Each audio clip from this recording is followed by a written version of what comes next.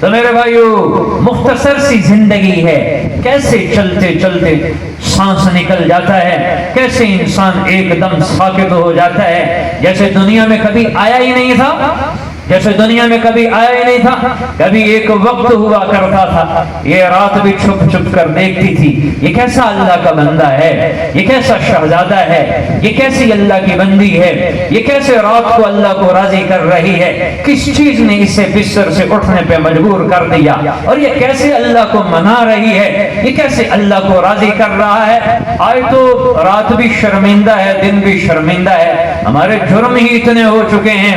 کبھی یہ وقت بھی تھا حضرت رابعہ بصری رحمت اللہ علیہ کو خواب میں کسی نے دیکھا، خواب میں خادمہ نے۔ رابعہ کیا ہوا؟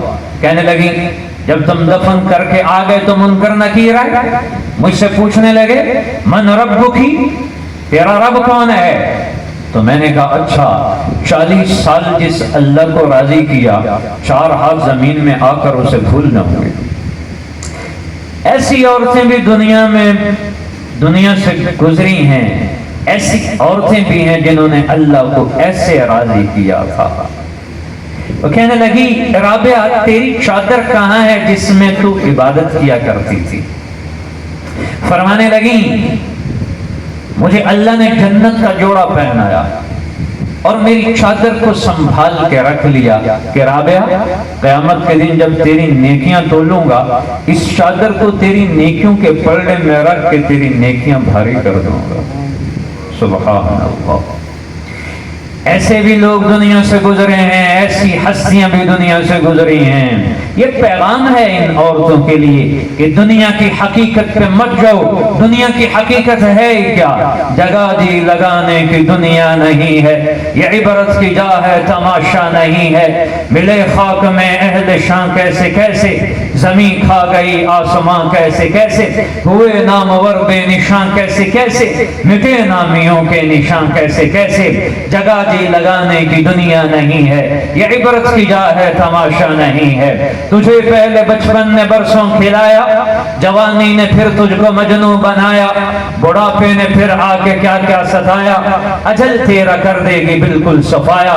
جگہ جی لگانے کی دنیا نہیں ہے، یہ عبرت کی جا ہے تماشا نہیں ہے۔ تجھے پہلے بچپن نے برسوں کھلایا، جوانی نے پھر تجھ کو مجنوں بنایا، بڑھاپے نے پھر آ کے کیا کیا ستایا، اجل تیرا کر دے گی بالکل صفایا۔ جگہ جی لگانے کی دنیا نہیں ہے، یہ عبرت کی جا ہے تماشا نہیں ہے۔ یہی دنیا کی حقیقت ہے۔ اعلموا انما الحیات الدنیا لعب ولهو وزینۃ وتفاخر بینکم وتکاثر فی الاموال والاولاد کمثل غیث اعجب الکفار نباته ثم یہیج فتراه مصفرا ثم یکون حطاما۔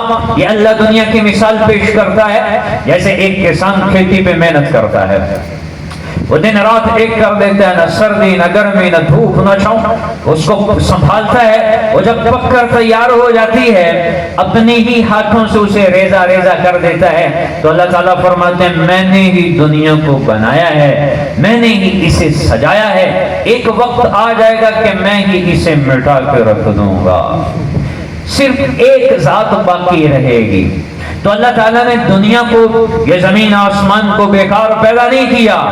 ما خلقنا السماوات والارض وما بینہما لاعبین، بیکار نہیں پیدا کیا۔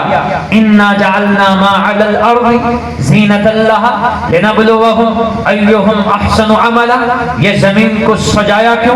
لقد زینا السماء الدنیا بمصابیح وجعلناها رجوما للشیاطین واعتدنا لهم عذاب السعیر۔ آسمان کو سجایا، زمین کو سجایا باغات کے ساتھ، کھیتیوں کے ساتھ، اور اللہ کے سوا کوئی سجانے والا نہیں۔ فانبتنا به حدائق ذات بہجہ، اللہ نے ہی باغات نکالے، کھیتیاں، پھل پھول سب چیزیں، زمین کو سجایا ہے۔ پھر اللہ کہتا ہے میں نے کیوں سجایا ہے؟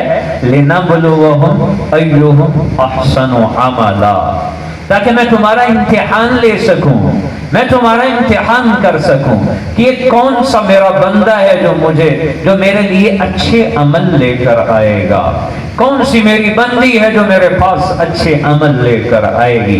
کون ہے جو میرے پاس الذی خلق الموت والحیات لیبلوکم ایکم احسن عملا، اللہ نے زندگی اور موت کے نظام کو بنایا ہی اس لیے ہے، وہ امتحان لینا چاہتا ہے دنیا کے اندر کہ کون اللہ کے لیے اچھے عمل کر کے جائے گا۔